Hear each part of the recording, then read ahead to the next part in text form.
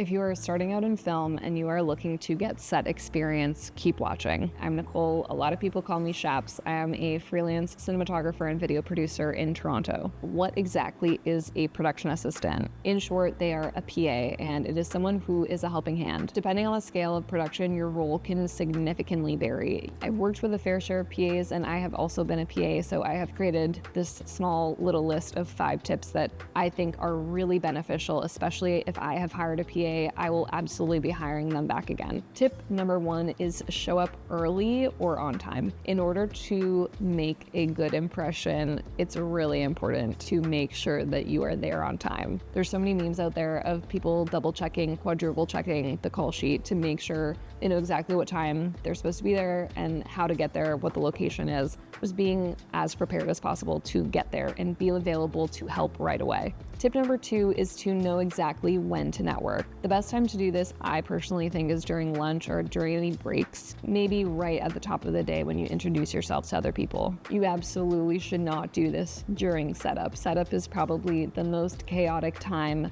during load-in, during shot changes. Tip number 3 is to continue to follow up with the crew or the people that hired you, maybe monthly or quarterly. I personally go through a lot of PAs and a lot of people on my productions and my sets. It's very easy to forget who is available and who's interested in these roles. Make sure to reconnect with any crew that you met, the producer, asking if they have anything coming up or if they need a hand. If you don't ask, the answer is always no. Tip number 4 is to just be yourself. Feel free to just sprinkle your personality into any conversation that you have, obviously being professional and respectful, but just showing interest that like you actually want to be there and you're excited to be in this environment. It sounds really simple, but I have worked on sets where the PAs, they have no desire to be there or to do the tasks that they've been assigned. But it's really crucial to know, and it's important to know, that those roles are actually very crucial. If nobody was able to do those, it would take time away from any of the key leads that are supposed to be focusing on other things. Try to align yourself with people based on something that is more than just film. If you have outside hobbies, or even if you like what they're wearing, just simple things where you can connect on like a human basis, you have to understand that in this role, 10 times out of 10, you will not be able to be creative. You kind of have to be okay with this, and in order to pay your dues and like move up the ladder, you do have to do those things that maybe aren't as exciting or creative. Use this opportunity to see exactly what goes on a set,